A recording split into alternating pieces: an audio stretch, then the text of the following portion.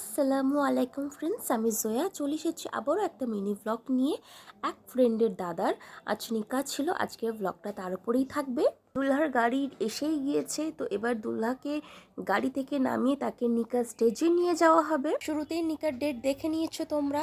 তো আমার ফোনে স্টোরেজের কারণে আমি ভিডিও এডিট করতে পারিনি, তো আজ 2 মাস পর এডিট করছি।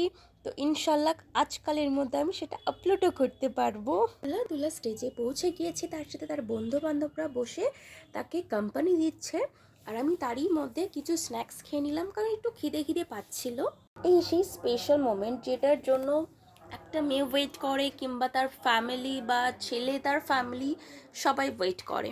আর এই মোমেন্টটার পর কিন্তু সবার লাইফ চেঞ্জ হয়ে যায়, টোটালি চেঞ্জ হয়ে যায়। বাস একটাই ওয়ার্ড, কবুল হ্যায়। এটা বলতেই কিন্তু পুরো লাইফ চেঞ্জ হয়ে যায়। কি ঠিক বলছি তো? আলহামদুলিল্লাহ, আলহামদুলিল্লাহ, ফাইনালি নিকাটা হয়ে গেল।